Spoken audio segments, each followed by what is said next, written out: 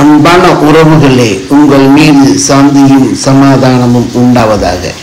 இந்த காணொளியில் நீங்கள் காண இருப்பது அதிராம்பட்டினம் பட்டுக்கோட்டை ரோட்டில் அமைந்திருக்கும் பிரில்லியன்ட் CBSE ஸ்கூலில் ACPS என்ற ஒரு மிஷனை இனாகுரேஷன் செய்தார்கள்.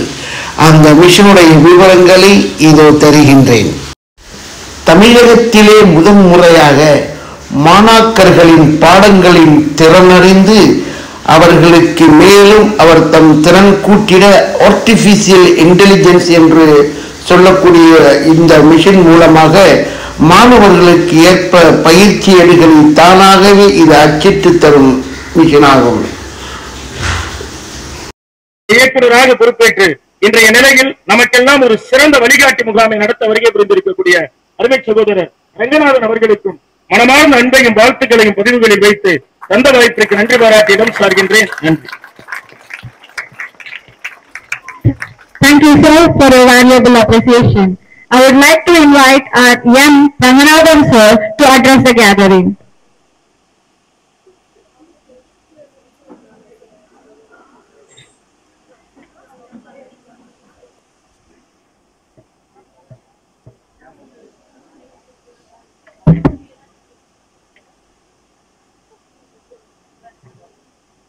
Very good morning to all of you. Okay, thank you very much. I welcome the chief guest and as well as the dignitaries of the dais, and I also thank you very much for this opportunity. Last row cake da konja solunga.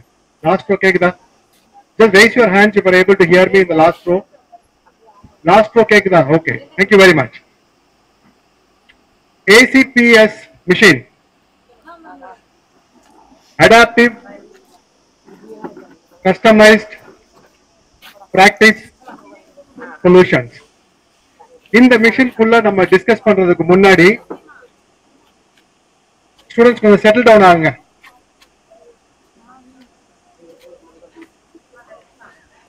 Okay, இந்த மிஷனை நம்ம discuss பண்றதுக்கு முன்னாடி I just wanted to give you an overview. Sir வந்து சந்திராயன் 3 பத்தி பேசினாங்க. அதுல இருந்த project directors பத்தி எல்லாம் இன்ஃபார்ம் பண்ணாங்க. மிஷன் சந்திராயன் 3 வந்து இந்தியாவுக்கு எந்த விதத்துல யூஸ்ஃபுல்லா இருக்க போகுது அப்படிங்கிற ஒரு கொஸ்டின் இருக்கு. அதுக்கான ஒரு ஓவர்வியூ நான் கொடுக்க விரும்புறேன். ஸ்டூடெண்ட்ஸ் இதை கொஞ்சம் கேர்ஃபுல்லா கவனிங்க. This is going to open up a huge opportunity for you.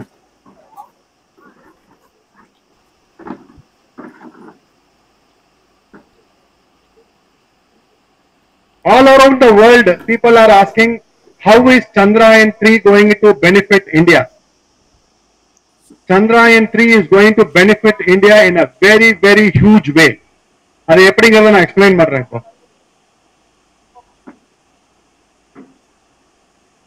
இன்னைக்கு ஸ்பேஸ் இண்டஸ்ட்ரி, ஸ்பேஸ் மார்க்கெட் இன் இந்தியால அதோட வேல்யூவேஷன் என்ன அப்படின்னு கேட்டீங்கன்னா $8 billion. ஒரு வருடத்திற்கு பண்ணக்கூடிய பிசினஸோட வேல்யூ ஸ்பேஸ் இண்டஸ்ட்ரியில $8 billion அப்படின்னா 60,000 கோடி. 2 வருஷத்துக்கு முன்னாடியே கவர்மெண்ட் ஆஃப் இந்தியா வந்துட்டு ஸ்பேஸ் பாலிசி அனௌன்ஸ் பண்ணிருக்காங்க. இந்த ஸ்பேஸ் பாலிசியில என்ன சொல்றாங்க அப்படின்னு கேட்டீங்கன்னா, உலகம் எங்கு இருக்கிற private parties all are welcome to India and they can indulge in the development of space technology and space application. இது வந்து கவர்மெண்ட் ஆஃப் இந்தியாவோட ஸ்பேஸ் பாலிசி. இந்த சந்திராயன் 3 சக்சஸ்க்கு அப்புறம் என்னன்னு கேட்டீங்கன்னா, இந்த மார்க்கெட் வந்து ப்ரொப்பல் ஆக போகுது, எக்ஸ்போனென்ஷியலா க்ரோ ஆக போகுது. இன்னைக்கு $8 billion இருக்கக்கூடிய இந்த மார்க்கெட், அதாவது 60,000 கோடியா இருக்கக்கூடிய இந்த ஸ்பேஸ் மார்க்கெட் 2030ல 40 பில்லியன் மார்க்கெட்டா மாறப்போகுது. அது எவ்வளவு தெரியுமா? 3 லட்சம் கோடி. அதுல இருந்து 10 வருடத்துல என்னன்னு கேட்டீங்கன்னா $100 பில்லியன் தொடப்போகுது. அது எவ்வளவு அப்படின்னு கேட்டீங்கன்னா 8 லட்சம் கோடி.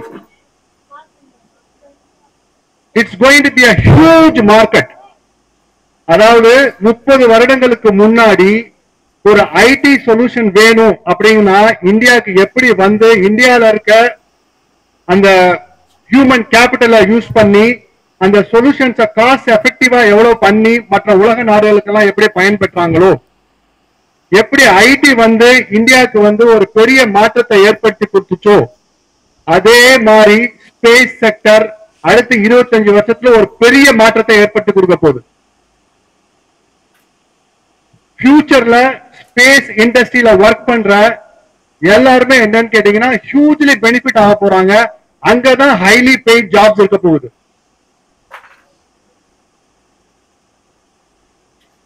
சோ இந்த அட்வான்டேஜ கேபிட்டலைஸ் பண்றதுக்கு நான் ஏன் இப்போ உங்ககிட்ட ஸ்டூடெண்ட்ஸ் இதை பத்தி டிஸ்கஸ் பண்ணிட்டு இருக்கேன் அப்படின்னு கேட்டீங்கன்னா, those who are going to opt your career in space sector, in aerospace engineering, அவங்களுக்கெல்லாம் என்னன்னு கேட்டீங்கன்னா ஹியூஜ் ஃபியூச்சர் காத்துட்டு இருக்கு. நிறைய இன்ஸ்டிடியூஷன்ஸ் இருக்கு. சார் சொல்லும் போது சொன்னாங்க நம்ம என்ன மாதிரி இன்ஸ்டிடியூஷன்ல படிக்கிறோம் அப்படிங்கிறது ரொம்ப முக்கியம் அப்படின்னு. ஒரு இன்ஸ்டிடியூஷனை பத்தி பேசிட்டு அதுக்கப்புறம் நான் ஏசிபிஎஸ் மிஷனுக்குள்ள போறேன். Indian Institute of Space Technology, இது எத்தனை பேர் கேள்விப்பட்டிருக்கீங்கன்னு தெரியல. Indian Institute of Space Technology, IIST அப்படின்னு சொல்லுவாங்க. இது வந்து என்னன்னு கேட்டீங்கன்னா வெஸ்டர்ன் காட்ஸ்ல ஒரு மலை பகுதியில கேரளால இருக்கு. அங்க இருந்து ஃபியூ கிலோமீட்டர்ஸ் தான் திருவாண்டம். அதுல அப்படி என்ன சார் இந்த இன்ஸ்டிடியூட்ல அவ்வளவு பெருமை அப்படின்னு கேட்டீங்கன்னா, IIST is run by ISRO, Indian. Exactly அவங்க ரன் பண்ற இன்ஸ்டிடியூட் பேர் என்ன அப்படின்னு கேட்டீங்கன்னா IIST. IIST ல 4 year B Tech program, 5 year M Tech program offer பண்ணிட்டு இருக்காங்க. அங்க படிக்கிற ஸ்டூடெண்ட்ஸுக்கு அந்த 4 வருடமும் 5 வருடமும் ஃபீயே கிடையாது, கம்ப்ளீட்லி ஃப்ரீ. அதே மாதிரி என்னன்னு கேட்டீங்கன்னா ஹாஸ்டல் ஃபீ கிடையாது, ஃபுட் ஃபீ கிடையாது. உங்களோட 4 வருஷ கோர்ஸையுமே 100% ஃப்ரீ ஆஃப் காஸ்ட்ல ஃபண்ட் பண்றது யாரு அப்படின்னு கேட்டீங்கன்னா ISRO. ISRO எது கீழே வருது? டிபார்ட்மெண்ட் ஆஃப் ஸ்பேஸ் கீழே வருது. So government of India, under which Department of Space, under which ISRO is funding your BTech and MTech program 100% at free of cost. அது மட்டுமல்ல, இங்க படிச்சுட்டு வெளியில வர்ற ஸ்டூடெண்ட்ஸுக்கு முதல் வேலை வாய்ப்பு ISRO கிடைக்கும். ISRO has the right to recruit the students who pass out from IIST. அங்க நீங்க சீட் வாங்குனீங்க அப்படின்னு கேட்டீங்கன்னா 4 year B Tech program in aerospace engineering, 4 year B Tech program in electronics in communication in aerospace, that is known as avionics. Avionics யாராச்சும் கேள்விப்பட்டிருக்கீங்களா? அதாவது electronics and communication in aerospace is known as avionics. அது 4 year program. அதே மாதிரி 5 year B Tech program. இதை முடிச்சுட்டு வந்த உடனே ISRO வேலை. அப்படி இல்லையா, நான் சொன்னேன் இல்லைங்களா, மார்க்கெட் வந்து எக்ஸ்ப்ளோர்ட் ஆக போகுது. மார்க்கெட் வந்து ட்ரெமெண்டஸா க்ரோ ஆக போகுது. எல்லா பிரைவேட் கம்பெனிஸும் உள்ள வர போறாங்க, வெளிநாட்டுல இருக்க கம்பெனிஸ் உள்ள வர போறாங்க. சோ உங்களுக்கு நிறைய வேலை வாய்ப்புகள் இருக்கும். IIST மாதிரியே ஏரோஸ்பேஸ் இன்ஜினியரிங்க்கு பெஸ்ட் இன்ஸ்டிடியூட் அப்படின்னு சொன்னீங்கன்னா IIT மெட்ராஸ், அதே மாதிரி IIT Kanpur. IIT Kanpur campus உள்ளேயே பிளேன் வந்து இறங்கி மறுபடியும் டேக் ஆஃப் ஆகிற மாதிரி ரன்ல இருக்கு. அப்பனா பாத்துக்கங்க அது எவ்வளவு பெரிய கேம்பஸா இருக்கும் அப்படின்னு.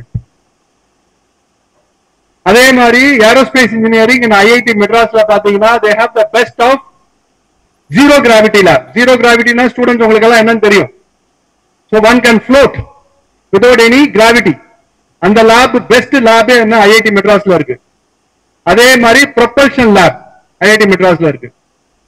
இதை விடலாம் மேல நான் சொன்ன IIST ல வந்து கிளாஸ் எடுக்கிற ப்ரொஃபசர்ஸே என்னன்னு கேட்டீங்கன்னா ISRO சயின்டிஸ்ட். ஆர்பிட்டல் மெக்கானிக்ஸ் வந்து கிளாஸ் எடுக்கிற ஃபேக்கல்டி வந்து இது ISRO scientist work on Chandrayaan. அதே மாதிரி கண்ட்ரோல் சிஸ்டம்ஸ் கிளாஸ் எடுக்கிற ISRO scientist he worked on PSLV-4 ஆக்சுவேட்டர்ஸ்ல. சோ இந்த மாதிரி ரியல் டைம் ப்ராஜெக்ட்ல ஒர்க் பண்ணவங்க எல்லாம் வந்து கிளாஸ் எடுப்பாங்க எங்க IIST ல. நீங்க பண்ணக்கூடிய டெக்னிக்கல் ப்ராஜெக்ட்ஸ் எல்லாம் அமேசிங்கா இருக்கும். அங்க இருக்கிற குரூப் ஆஃப் ஸ்டூடெண்ட்ஸ் எல்லாம் சேர்ந்து ரொம்ப ரீசெண்டா இன்ஸ்பயர் SAT-1 அப்படிங்கிற ஒரு நானோ சேட்டலைட்டை PSLV வழியா அனுப்பிச்சிட்டு LEO அப்படின்னு சொல்லுவாங்க, லோ எர்த் ஆர்பிட்ல விட்டுருக்காங்க. அது பறந்துகிட்டு இருக்கு. அதுக்கான கண்ட்ரோல் ஸ்டேஷன் IIST இன்ஸ்டிடியூட் குள்ளே இருக்கு. ஸ்டூடெண்ட்ஸ் எல்லாம் போய் அதில் ஒர்க் பண்றாங்க. ஸோ இதெல்லாம் opportunities. So space industry is going to grow a lot. நிறைய ஃபாரின் மீடியால எல்லாம் சந்திராயன் 3 இறங்கினதுக்கு அப்புறம் நிறைய இன்டர்வியூஸ் எல்லாம் வந்துச்சு. அதுல எல்லாரும் என்ன சொல்றாங்க, India is going to become richer, India is going to benefit a lot out of Chandrayaan 3 mission. அதனால ஸ்டூடெண்ட்ஸ் இதை உங்க கெரியரோட ரிலேட் பண்ணுங்க. உங்களுக்கு என்ன ஆப்பர்ச்சுனிட்டி இருக்குது அப்படிங்கறத பாருங்க. இந்த ஆப்பர்ச்சுனிட்டியை எப்படி கேபிடலைஸ் பண்ண முடியும்னு பாருங்க. So next 20-25 years is for India. World ஸ்டேஜ்ல உலக நாடுகள் எல்லாமே வந்து என்னன்னு கேட்டீங்கன்னா ஸ்பேஸ் பொறுத்த அளவுக்கு இந்தியா கிட்ட வந்து உதவி கேட்க போறாங்க. இந்தியாவில தான் அந்த சொல்யூஷன்ஸ் எல்லாம் பண்ண போறாங்க. ISRO தான் எல்லாரோட சேட்டலைட்டையும் லான்ச் பண்ண போறாங்க. இது நடக்க போகுது. So let us make use of that opportunity. Okay, coming back to competitive exams. இப்ப நான் சொல்ல எல்லா இன்ஸ்டிடியூட்லயும் என்னன்னு கேட்டீங்கன்னா என்ட்ரன்ஸ் இல்லாம போக முடியாது. எல்லா இன்ஸ்டிடியூட்லயும் என்னன்னு கேட்டீங்கன்னா போட்டி தேர்வுகள் நடக்கும். சார் சொன்ன மாதிரி நீட் JEE உங்ககிட்ட ஏற்கனவே நான் பேசியிருக்கேன் ஒரு தடவை.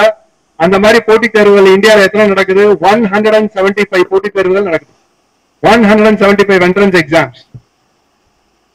இந்த என்ட்ரன்ஸ் எக்ஸாம்ஸ்ல எல்லாமே உங்க பாடத்திட்டத்தில இருந்தா கேள்விகள் கேட்கப்படும். ஆனா பாடத்திட்டத்தில இருந்து டைரக்டா கேள்வி கேட்க மாட்டாங்க. உங்களுக்கு எல்லாருக்குமே தெரியும். Not even a single question will be directly asked from your syllabus. ஆனா அதே பாடத்திட்டத்துல இருந்தா கேட்பாங்க. அப்பனா என்ன சார் டெஸ்ட் பண்றாங்க? பாடத்திட்டத்துல இருக்கிறத கேட்காம வேற என்ன டெஸ்ட் பண்றாங்க? காம்படிட்டிவ் எக்ஸாம்ல என்ன டெஸ்ட் பண்றாங்க அப்படின்னு பாத்தீங்கன்னா they test your IQ, they test your potential. உங்களோட அனலிட்டிக்கல் ஸ்கில்ஸை டெஸ்ட் பண்ணுவாங்க. உங்களோட டிசிஷன் மேக்கிங் ஸ்கில்ஸை டெஸ்ட் பண்ணுவாங்க. கிரிட்டிக்கல் திங்கிங்கை டெஸ்ட் பண்ணுவாங்க. டாட்டா அனலைஸ் பண்றதுக்கான ஸ்கில்ஸை வந்து டெஸ்ட் பண்ணுவாங்க. அதே மாதிரி உங்களோட கான்செப்சுவல் அண்டர்ஸ்டாண்டிங் என்ன அப்படிங்கறத டெஸ்ட் பண்ணுவாங்க. கான்செப்சுவல் அண்டர்ஸ்டாண்டிங்னா என்ன? It's not what you read from the text books. It's about how much you understand about the science or mathematic concepts. அதுல இருந்து டெஸ்ட் பண்ணுவாங்க எல்லா என்ட்ரன்ஸ் எக்ஸாம்ஸ்லயும். சோ நம்ம புக்ல இருக்கிற பாடத்திட்டத்தை படிச்சுட்டு போனா என்ட்ரன்ஸ்ல எழுத தேடி வர முடியாது. சோ இந்த ஸ்கில்ஸ் எல்லாம் வரணும் அப்படின்னு கேட்டீங்கன்னா உங்களுக்கு அடிஷனல் பிராக்டிஸ் தேவை. உங்களோட கான்செப்சுவல் ஸ்கில்ஸை டெஸ்ட் பண்ணுவாங்க அப்படின்னு கேட்டீங்கன்னா அதுக்கான பயிற்சி தேவை. அந்த பயிற்சி எவ்வளவு வேலையா எடுக்க முடியுமோ அவ்வளவு வேலையா எடுத்து நம்ம பிராக்டிஸ் பண்ணிட்டே வந்தோம் அப்படின்னு கேட்டீங்கன்னா நீட் JEE மட்டும் கிடையாது, எந்த என்ட்ரன்ஸ் எக்ஸாம் வச்சாலுமே நம்ம அதுல வந்து பாஸ் பண்ணி வந்துடலாம். இங்க இருந்து எவ்வளவு குழந்தைகள் வந்து வெளிநாடு போய் படிக்கணும் அப்படின்னு நினைக்கிறீங்கன்னு எனக்கு தெரியல. வெளிநாட்டுல போய் நீங்க அண்டர் கிராஜுவேஷன் படிக்கணும் அப்படின்னு கேட்டீங்கன்னா SAT ஒரு எக்ஸாம் எழுதணும், SAT அப்படின்னு. வெளிநாட்டுல போய் நீங்க போஸ்ட் கிராஜுவேட் எழுதணும் அப்படி படிக்கணும் அப்படின்னு நினைச்சீங்கன்னா மேனேஜ்மெண்டா இருந்தா GMAT ஒரு எக்ஸாம் எழுதணும். இதே இது வந்துட்டு இன்ஜினியரிங்கா இருந்துச்சுன்னா GRE ஒரு எக்ஸாம் எழுதணும். நீங்க எப்பயுமே நம்பர் 1 பெஸ்ட் இன்ஸ்டிடியூட்ஸ் இந்தியாவில மட்டும் இல்ல உலகத்துல எங்க போனாலும் சரி அதுல என்னன்னு கேட்டீங்கன்னா என்ட்ரன்ஸ் எக்ஸாம் இருக்க போகுது. அந்த என்ட்ரன்ஸ் எக்ஸாம்ல உங்களோட கான்செப்சுவல் நாலேஜை டெஸ்ட் பண்ணுவாங்க. கான்செப்சுவல் நாலேஜை டெவலப் பண்றது கஷ்டம் கிடையாது. உங்களோட பாடத்திட்டத்துல இருந்தே டீப் அண்டர்ஸ்டாண்டிங் இருக்காங்கிறத அவங்க டெஸ்ட் பண்றாங்க. அந்த டீப் அண்டர்ஸ்டாண்டிங் எப்படின்னு கேட்டீங்கன்னா பிராக்டிஸ்ல வந்துடும். எவ்வளவு ஏர்லியா நம்ம பிராக்டிஸ் பண்ண ஆரம்பிக்கிறோமோ அவ்வளவு ஏர்லியா என்னன்னு கேட்டீங்கன்னா அதை அடாப்ட் ஆகிக்கலாம். இப்போ போட்டித் தேர்வுகள் இந்த மாதிரி நடக்குங்கிறது நம்ம எல்லாருக்குமே தெரியும். பட் ஆனா இதற்கான பயிற்சி எடுக்கும் போது ஒவ்வொரு ஸ்டூடெண்ட்டுக்கும் ஒவ்வொரு பொட்டன்ஷியல் இருக்கும். எல்லா ஸ்டூடெண்ட்டுமே ஈக்குவல் கிடையாது. சில ஸ்டூடெண்ட் என்ன அப்படின்னு கேட்டீங்கன்னா கொஞ்சம் கடினமா உழைச்சு மேல வர்றதுக்கான தேவை இருக்கும். சில குழந்தைகள் என்னன்னு கேட்டீங்கன்னா யங் ஏஜ்ல இருந்தே பிராக்டிஸ் பண்ணிட்டு வர்றவங்களுக்கு இன்னும் கொஞ்சம் இலகுவா பிராக்டிஸ் பண்ணி டாப்புக்கு போறதுக்கான வாய்ப்பு இருக்கும். ஸோ ஒவ்வொரு ஸ்டூடெண்ட்ஸும் ஒவ்வொரு லெவல். பட் எல்லா ஸ்டூடெண்டாலையும் இதை வந்து பர்ஃபார்ம் பண்ணி எல்லா ஸ்டூடெண்டாலையும் என்ட்ரன்ஸை கிராக் பண்ணி அவங்களோட ட்ரீமை ரியலைஸ் பண்ண முடியும். எந்த ஒரு ஸ்டூடெண்டாலையும் என்ட்ரன்ஸ் எக்ஸாம்ல குவாலிஃபை ஆக முடியாது அப்படிங்கிறதே கிடையாது. இது நம்ம எந்த அளவுக்கு பயிற்சி எடுத்துக்கிறோம் அப்படிங்கறத பொறுத்துதான் இருக்கு. ஒவ்வொருத்தருக்கும் தனிப்பட்ட முறையில ஒரு வகையான பயிற்சி தேவைப்படுது. பொதுவா இப்ப என்னன்னு கேட்டீங்கன்னா, கிளாஸ்ல வகுப்பறையில ஒரு 50 ஸ்டூடெண்ட் இருப்பாங்க, பாடங்கள் எடுக்கப்படும். 50 பேருமே அதை அண்டர்ஸ்டாண்ட் பண்ணணும் அப்படிங்கிற எதிர்பார்ப்பு இருக்கும். ஆனா 50 பேருமே ஒரே லெவல்ல இருக்க போறது கிடையாது. ஒவ்வொருத்தரும் வேற வேற லெவல்ல இருப்பாங்க. இது இயற்கை. ஒருத்தருக்கு என்னன்னு கேட்டீங்கன்னா இன்னும் கொஞ்சம் அதிகமான பயிற்சி தேவைப்படும், ஒருத்தருக்கு அந்த அளவுக்கு பயிற்சி தேவை இருக்காது. சோ இங்கதான் என்னன்னு கேட்டீங்கன்னா இந்த ஏசிபிஎஸ் மிஷன் ரொம்ப யூஸ்ஃபுல்லா இருக்க போகுது. Adaptive customised practice sheets or solutions அப்படிங்கக்கூடிய இந்த ஏசிபிஎஸ் மிஷன் என்ன பண்ணும் அப்படின்னு கேட்டீங்கன்னா, பல லட்சக்கணக்கான கொஸ்டின்ஸ் ஏற்கனவே டேட்டா பேஸ்ல இருக்கு. நீங்க 7ஆம் வகுப்புல இருக்கீங்களா, உங்களுக்கான பல லட்சக்கணக்கான கொஸ்டின்ஸ் இருக்கு. பிசிக்ஸ், கெமிஸ்ட்ரி, பயாலஜி, மேத்தமெட்டிக்ஸ், இதுல பல லட்சக்கணக்கான கொஸ்டின்ஸ் இருக்கு. நீங்க நான் 10th ஸ்டாண்டர்ட் சார் அப்படின்னு எடுக்கலாம், 10thல several lakhs of questions are already there in the database. Sir, I am in 11th grade, 12th grade, I am aspiring to get into IITs. அதுக்கு தேவையான கொஸ்டின்ஸ் பல லட்சக்கணக்கான கொஸ்டின்ஸ் டேட்டாபேஸ்ல இருக்கு. இதுல இருக்க கொஸ்டின்ஸ் எல்லாம் எப்படின்னு கேட்டீங்கன்னா, அதோட கடினத்தன்மை difficulty levels are at moderate, easy, moderate and difficult மூணா பிரிச்சுக்கலாம். சில கொஸ்டின்ஸ் எப்படி இருக்கும்னு கேட்டீங்கன்னா ஈஸியா இருக்கும், சில கொஸ்டின்ஸ் மாடரேட்டா இருக்கும். மாடரேட்னா என்னன்னு கேட்டீங்கன்னா it's not easy but not difficult, in between moderate. சில கொஸ்டின்ஸ் எப்படின்னு கேட்டீங்கன்னா டிஃபிகல்ட்டா இருக்கும். இப்போ உங்களால ஒரு டிஃபிகல்ட் கொஸ்டினை உடனே சால்வ் பண்ண முடியும், மேபி என்னால அந்த டிஃபிகல்ட் கொஸ்டினை சால்வ் பண்ண முடியாது. நான் ஒரு ஈஸி கொஸ்டினை ஃபர்ஸ்ட் சால்வ் பண்ணிட்டு அதுக்கப்புறம் ஒரு மாடரேட் கொஸ்டினை சால்வ் பண்ணி அந்த பிராக்டிஸ் எடுத்துக்கிட்டாதான் என்னால ஒரு டிஃபிகல்ட் கொஸ்டினை சால்வ் பண்ண முடியும். அப்படின்னு எடுத்துக்கிட்டோம் அப்படின்னு கேட்டீங்கன்னா, இப்ப நம்ம 2 பேர் 2 லெவல்ல இருக்கோம். ஆனா ஒரு வகுப்பறையில பாடம் எடுக்கும் போது எல்லா குழந்தைங்களுக்கும் ஒரே மாதிரி தான் எடுப்பாங்க. பட் இந்த தனிப்பட்ட முறையில ஒவ்வொருத்தர லெவலை அண்டர்ஸ்டாண்ட் பண்ணிக்கிட்டு அவங்களுக்கு தேவையான பயிற்சியை கொடுக்கறதுக்கான மிஷின் தான் ஏசிபிஎஸ். இது எப்படி நடக்குது? ஆர்டிபிஷியல் இன்டெலிஜென்ஸ் மூலமா நடக்குது. இது ஒரு அமெரிக்கன் கம்பெனியோட type. Huge amount of database இருக்கு. இந்த ஆர்டிபிஷியல் இன்டெலிஜென்ஸ் உங்க பேரையும் உங்க ரோல் நம்பரையும் போய் இந்த மிஷின்ல நீங்க போட்டுட்டு நான் பிசிக்ஸ்ல பயிற்சி எடுக்கணும்னு நினைக்கிறேன் அப்படின்னு நினைச்சு you go on to select physics. Now the machine will ask you எந்த லெசன்ல இருந்து நீங்க பயிற்சி எடுக்கணும்னு நினைக்கிறீங்க அப்படின்னு கேட்டீங்கன்னா you select the lesson name. Lesson name select பண்ணியாச்சா? லெசன்ல எந்த டாபிக்ல இருந்து நீங்க பயிற்சி எடுக்கணும்னு நினைக்கிறீங்க அந்த டாபிக் நேம். டாபிக் நேம் கொடுத்ததுக்கு அப்புறம் என்ன பண்ணும் அப்படின்னு கேட்டீங்கன்னா, உங்களுக்கு ஈஸியான கொஸ்டின்ஸ் வேணுமா, மாடரேட்டான கொஸ்டின்ஸ் வேணுமா, டிஃபிகல்ட் கொஸ்டின்ஸ் வேணுமா அப்படிங்கிற ஆப்ஷன் அதுலயே இருக்கும். அதை செலக்ட் பண்ணதுக்கு அப்புறம் என்ன பண்ணும் அப்படின்னு கேட்டீங்கன்னா, மிஷின் நான் டிஃபிகல்ட்னு செலக்ட் பண்ணேன்னா என்னால நிஜமாலுமே டிஃபிகல்ட் கொஸ்டினை சால்வ் பண்ண முடியுமா முடியாதா அப்படிங்கிறதுக்கு இந்த மிஷினுக்கு ஏற்கனவே தெரியும். எப்படின்னு கேட்டீங்கன்னா, இதுக்கு முன்னாடி நீங்க சால்வ் பண்ண, இதுக்கு முன்னாடி நீங்க எடுத்துக்கொண்ட எல்லா டெஸ்ட் ரிசல்ட்ஸும் அந்த மிஷின்ல இருக்கும். சோ உங்க ரோல் நம்பரையும் உங்க நேம் போட்டு நீங்க இந்த லெசன், இந்த டாபிக், இதுல இவ்வளவு கொஸ்டின்ஸ் நீங்க செலக்ட் பண்ண உடனே அதுக்கே தெரியும், மிஷினுக்கு தெரியும் உங்களுக்கு எந்த லெவல் ஆஃப் டிஃபிகல்ட்டில கொஸ்டின்ஸ் கொடுத்தா உங்களால சால்வ் பண்ண முடியும் அப்படிங்கிறது. நீங்க 20, 40, 16 கொஸ்டின்ஸ் செலக்ட் பண்ணிட்டு ஓகே சொன்னீங்கன்னா ஆட்டோமேட்டிக்கா உங்களுக்கு கொஸ்டின் பேப்பர் வந்துடும். இப்போ 2 பேர் இருக்கும், 2 பேரும் போய் நம்மளோட ரோல் நம்பர் அதுல என்டர் பண்ணிட்டு ஒரே லெசன் ஒரே டாபிக் 20 கொஸ்டின்ஸ் வேணும்னு 2 பேரும் செலக்ட் பண்ணோம் அப்படின்னு கேட்டா என்னோட டிஃபிகல்ட்டி லெவல் வேற இருக்கும், உங்களோட டிஃபிகல்ட்டி லெவல் வேற இருக்கும். ஏன்? அதுதான் ஆர்டிபிஷியல் இன்டெலிஜென்ஸ். அது ஐடென்டிஃபை பண்ணும் உங்களோட கேலிபர் என்ன, எந்த அளவுக்கு உங்களால சால்வ் பண்ண முடியுமோ அதை மட்டுமே கொடுக்கும். நீங்க அதை சால்வ் பண்ணிட்டு அந்த ஆன்சர் அதுல கொடுத்ததுக்கு அப்புறம் மிஷின் ஞாபகம் வச்சுக்கும், ஓகே இந்த லெவல் ஆஃப் கொஸ்டின்ஸை உங்களால இப்ப சால்வ் பண்ண முடியுது அப்படின்னு கேட்டீங்கன்னா, அடுத்த முறை போய் அதே லெசன் அதே டாபிக்ல போய் நீங்க மறுபடியும் கேள்விகள் கேட்டீங்க அப்படின்னு கேட்டீங்கன்னா இந்த முறை வர்ற கொஸ்டின்ஸ் அதை விட கொஞ்சம் டிஃபிகல்ட்டா இருக்கும். ஏன்னா மிஷினுக்கு தெரியும் உங்களுக்கு ஈஸியான கொஸ்டின்ஸ் உங்களால சால்வ் பண்ண முடியும் அப்படிங்கிறது. வரக்கூடிய எல்லா கொஸ்டின்ஸுமே உங்களோட analytical skills, data analysis, decision making skills, critical thinking, உங்களோட ஐக்யூ, பொட்டன்ஷியல் பிளஸ் உங்களோட கான்செப்சுவல் அண்டர்ஸ்டாண்டிங் என்ன அப்படிங்கிற டெஸ்ட் பண்றதுக்கான கொஸ்டின்ஸ் தான் இது வெளியில வரும். சோ இதுல எடுக்கக்கூடிய பயிற்சி உங்களுக்கு எதிர்காலத்துல உள்ள என்ட்ரன்ஸ ரொம்ப இலகுவா உங்களால ரொம்ப ஈஸியா ஃபேஸ் பண்ண முடியும். இந்த மிஷின் தமிழ்நாட்டிலேயே, சென்னையில கிடையாது, தமிழ்நாட்டிலேயே முதல் முறையா பட்டுக்கோட்டையில பிரில்லியன்ட் ஸ்கூல்ல இருக்கு. Let us give a big hand.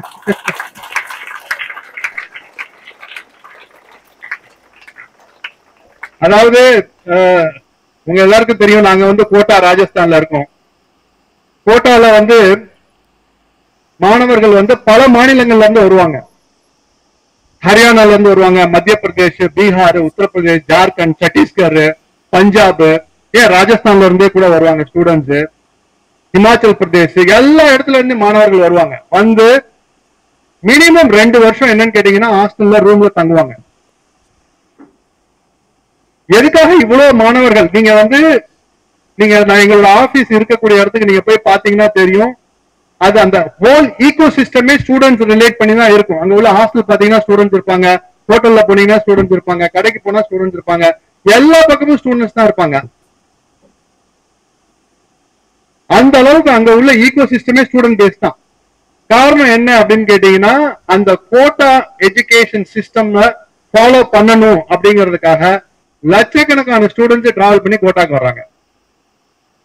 வந்து 2 இயர்ஸ் தங்கி படிச்சுட்டு அங்க என்ட்ரன்ஸ் எழுதி அவங்களுக்கு தேவையான சீட்ஸ் தேவையான காலேஜில் வாங்கிட்டு போயிடுவாங்க. பட் அந்த மாதிரி எல்லா மாணவர்களாலையும் கோட்டாக்கு போக முடியாது. அந்த ஒரே ரீசனுக்காக தான் சார் வந்து பல முயற்சிகள் எடுத்து கோட்டா சிஸ்டத்தை பட்டுக்கோட்டை கொண்டு வந்திருக்காரு. அதனால ஒரு குயிக் கிளாஸ் கொடுங்க. இங்க அங்க நாங்க என்ன பண்ணுவோமோ அதே சிஸ்டம், பிளஸ் அங்க எந்த ஃபேக்கல்டிஸ் வந்து கிளாஸ் எடுப்பாங்களோ அதே ஃபேக்கல்டிஸ், அங்க என்ன புக்ஸை ஃபாலோ பண்றோமோ, அங்க என்ன பிராக்டிஸ் ஷீட்ஸை ஃபாலோ பண்றோமோ, அங்க என்ன மெத்தட் ஃபாலோ பண்றோமோ அத்தனையும் என்னன்னு கேட்டீங்கன்னா ரீஜனல் சென்டர் கிட்டத்தட்ட 1500 கிலோமீட்டர் தள்ளி இருக்கு கோட்டா. இருந்தாலும் அந்த எல்லா ஃபெசிலிட்டிஸும் இங்க வரணும் அப்படிங்கிறதுக்காக இதை ஏற்படுத்தி கொடுத்துருக்காங்க. நார்த்ல நாங்க நிறைய இடத்துல வந்து இந்த ஏசிபிஎஸ் மிஷின் வந்து இன்ஸ்டால் பண்ணிட்டோம். முதல் முறையா என்னன்னு கேட்டீங்கன்னா நம்ம ஸ்கூல்ல இங்க இன்ஸ்டால் பண்ணிருக்கோம். ஸோ ஸ்டூடெண்ட்ஸ், உங்களுக்கு வந்துட்டு எல்லா ஃபெசிலிட்டிஸும் இருக்கு. கோட்டால கிடைக்கக்கூடிய ஒரு ஸ்டூடெண்ட்டுக்கு என்ன ஃபெசிலிட்டிஸ் இருக்கோ அத்தனை ஃபெசிலிட்டிஸும் இங்க இருக்கு. அங்க ஒரு ஸ்டூடெண்டால பாஸ் ஆகி நினைச்ச ஐஐடிக்கோ இல்ல நான் சொன்ன இன்ஸ்டிடியூட் ஐஏஎஸ்டி மாதிரியோ இல்ல ஒரு டாக்டர் ஆகி leading institutes All India Institute of Medical Science டெல்லியோ அவங்களால அங்க போக முடியும் அப்படின்னு கேட்டீங்கன்னா அது உங்களாலையும் கண்டிப்பா போக முடியும். அதுக்கான ஃபெசிலிட்டிஸ் ஆப்பர்ச்சுனிட்டிஸ் எல்லாமே இங்கேயே இருக்கு. மெயினா என்ன இருக்கணும் அப்படின்னு கேட்டீங்கன்னா உங்களோட mind set and will power. நீங்க டிசைட் பண்ணி நான் இந்த இன்ஸ்டிடியூட்டுக்கு போக போறேன், அந்த இன்ஸ்டிடியூட் போறதுக்கான என்ட்ரன்ஸ் இது, இந்த என்ட்ரன்ஸ் வந்துட்டு நல்ல முறையில பாஸ் ஆகி வர்றதுக்கான எல்லா முயற்சியும் நான் எடுத்து அதை சாதிக்க போறேன் நீங்க முடிவு பண்ணீங்கன்னா அது யாராலையுமே தடுக்க முடியாது. So first and foremost students நீங்க அதை டிசைட் பண்ணணும். நீங்க அதை டிசைட் பண்ணி உங்களோட ட்ரீம் இன்ஸ்டிடியூட் போறதுக்கான இங்க இருக்கிற ஃபெசிலிட்டிஸை கேபிட்டலைஸ் பண்ணி அந்த ஆப்பர்ச்சுனிட்டியை யூஸ் பண்ணி நீங்க சக்சஸ்ஃபுல்லா போகணும்னு நான் நினைச்சு I very much wish you all the best. And உங்களுக்கு இந்த ஜேர்னில என்ன ஹெல்ப் வேணுமோ சப்போர்ட் வேணுமோ அதுக்கு ஸ்கூல் மேனேஜ்மெண்ட் இருக்கு. இன் அடிஷன் டு தட் எங்களோட ஸ்டாஃப்ஸ் இங்கேயும் இருக்காங்க. You can approach us any time. Thank you very much children and thanks for this opportunity.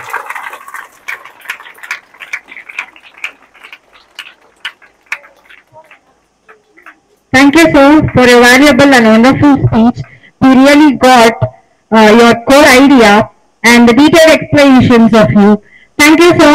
Now we call upon Mr. M. Ranganathan, sir, to start up the ACPS mission.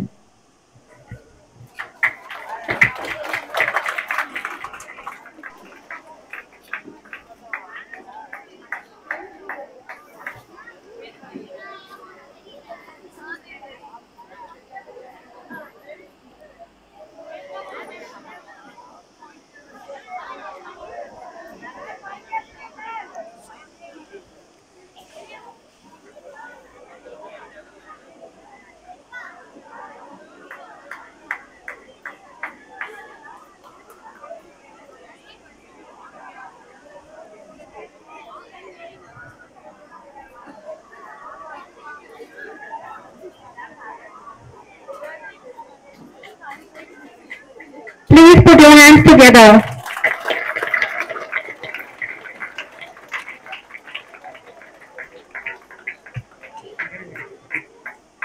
The secretary madam also opening the mission. Give a big applause for her. Thank you, ma'am. Thank you, sir. Thank you very much.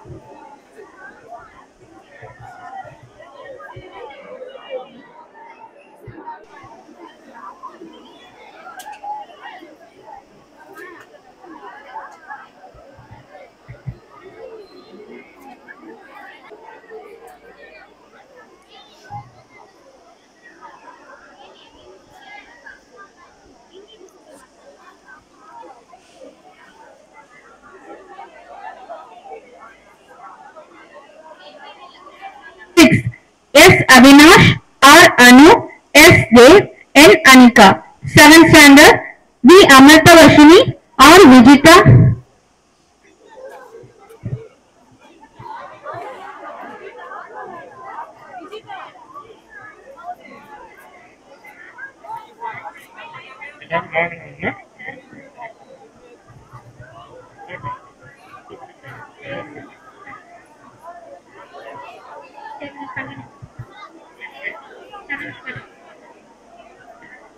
I request Ms.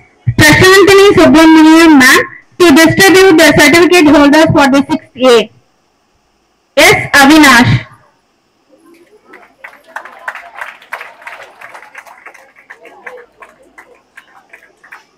Please put your hands together.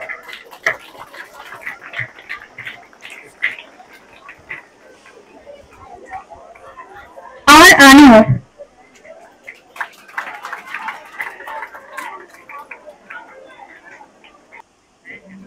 Muhammad Sakir for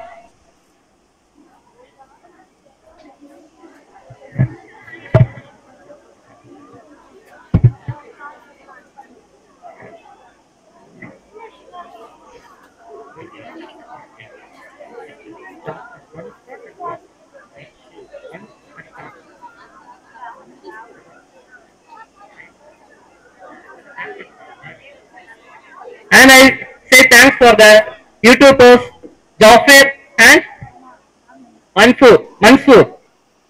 Okay, I call upon 10th A Shakir As a poor and grateful students to express my heartfelt thanking to you all. Those who have made this event possible, I would like to start my thanking our school management who have always been supportive of our initiatives and encourage us a show of excellency. I would like to express my appreciation to our great guests who have taken time out of their busy schedules to grace this occasion with their presence.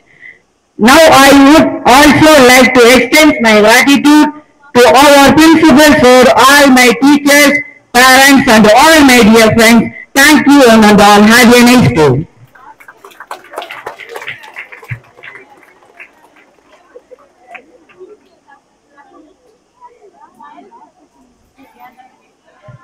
I call upon Mr. Correspondent sir to honor the creativity Mr. Mansoor.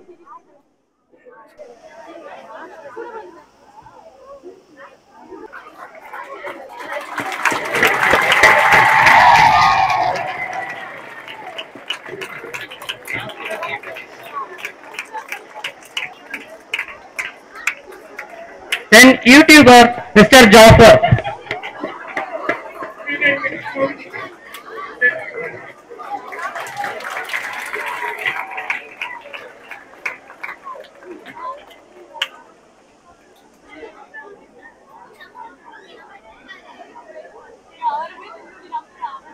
We have come to an end of the inauguration ceremony. I hope you all enjoy this, and I request you all to stand up for the national anthem.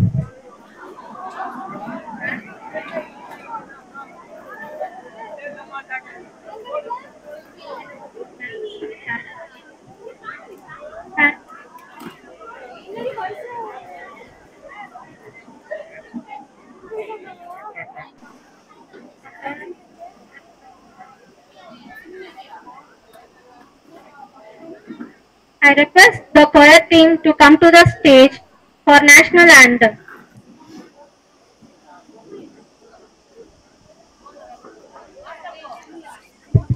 Boys, please come first.